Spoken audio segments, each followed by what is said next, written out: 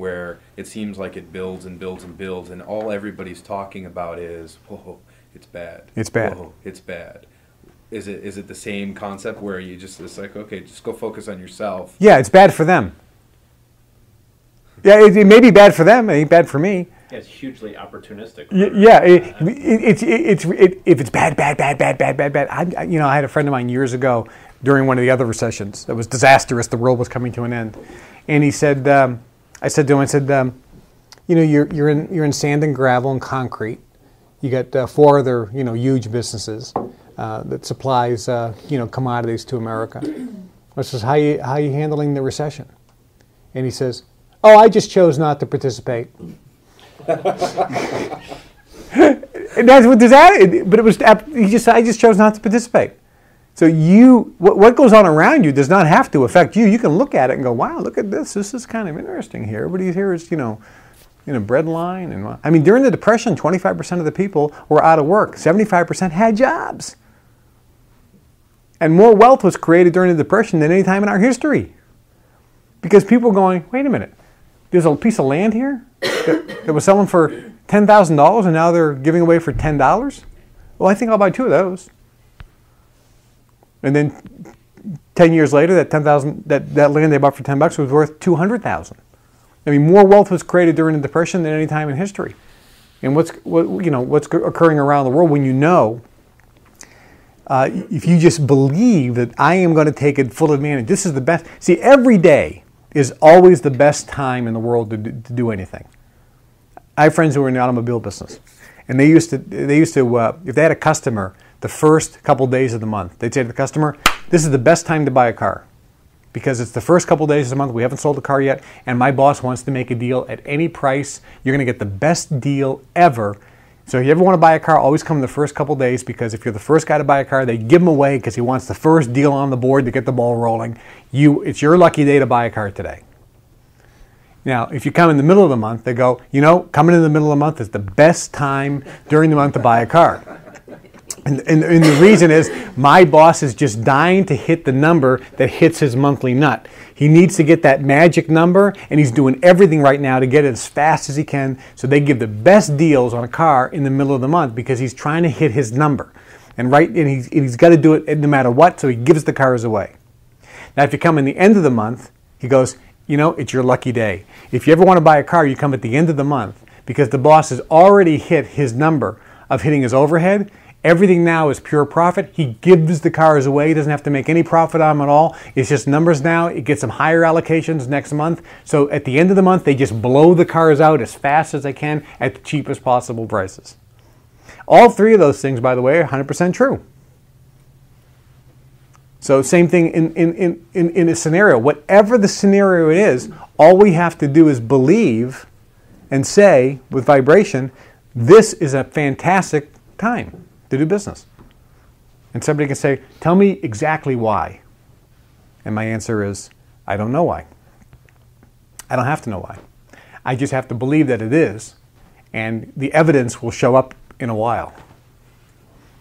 See, whatever you believe, the evidence validates it. That's why Henry Ford said, if you believe you can or if you believe you can't, either way you're right. And his later statement was, because the evidence will validate it. So whatever you believe, you are completely correct, and in a short period of time, you will have all the evidence to back up your belief, to prove you are correct. And that evidence came into your experience because you believed it first. Does this make sense? So that's why I say everything always works out for me. How can you say that? Ask me in a few months. Then we'll have all the evidence. See, it's the future thinking that's the tricky part. Good question. Any other questions, comments, or observations about the tapes? Any clarifications you need on anything in the tapes? So I have a question. For example, you have a dream, and now you attracted all the people that you wanted for your dream, and here they are all, and they're helping you, and vibrations are wonderful. But then all of a sudden, there is a person that just appears and starts bringing this disbalance to the whole group. Is it a sign for you as the dream of what's the name, the dream guide, that something is going wrong in your mind right now. Or it's just a sign for you to, okay, I'm moving on, I don't care. Maybe this person has different dream, I just want to avoid this person. So do you really, how you know that this is the person that can teach you something, or this is just a person that has a lot of negative energy and you don't want to mess up with his energy? The bottom line is everything that comes into your experience, you vibrationally created. You can choose at any point in time whether you want it or not. Sometimes, isn't this true? We want something really, really bad. And we get it. And then we decide we don't want it after all. Does that make sense? It's like, nah, wait a minute. I thought I wanted this. I don't like this.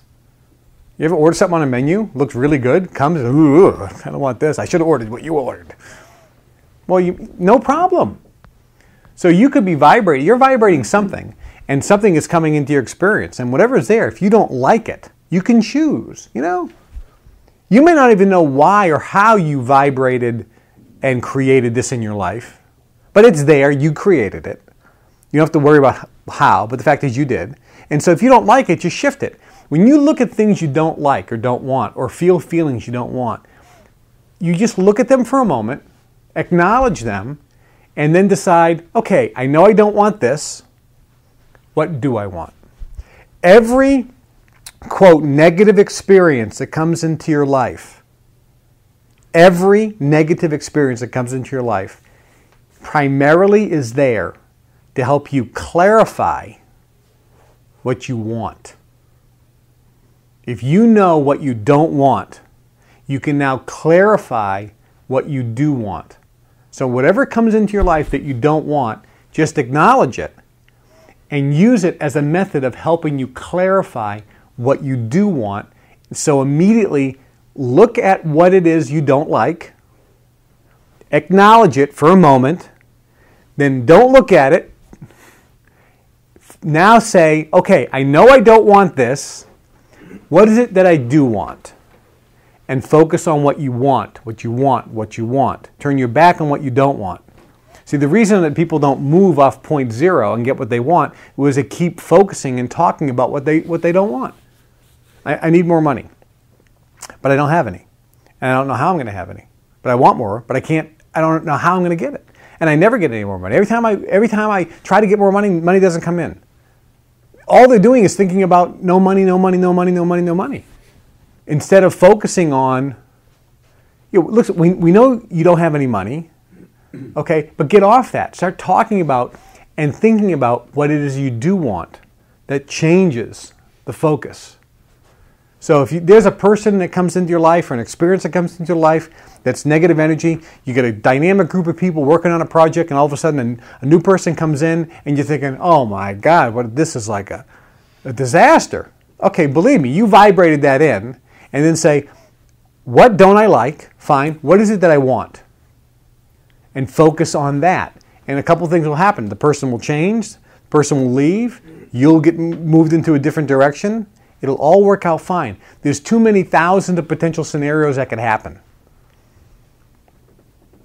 Because, maybe you're vibrating something that this person is actually giving you. I mean, that's why they're there. You're vibrating something to create it. And again, what appears to be negative generally isn't so. It's there for a reason. So we don't have to look at it. Just look at it as something to clarify what you do want. I just want to end with this. You listen to the CDs once. Believe me, you need to listen to them again and again and again. And as I say in the CDs, listening to information daily, reading books daily, and associating with other people on a daily basis is vitally important so that you continue to focus and build up your positive ball of energy to get to the tipping point. Then it becomes a joy and it becomes unconscious competence, and it starts happening automatically. Start small, start applying these things, and you'll absolutely see the results. Little by little by little, but it will start happening.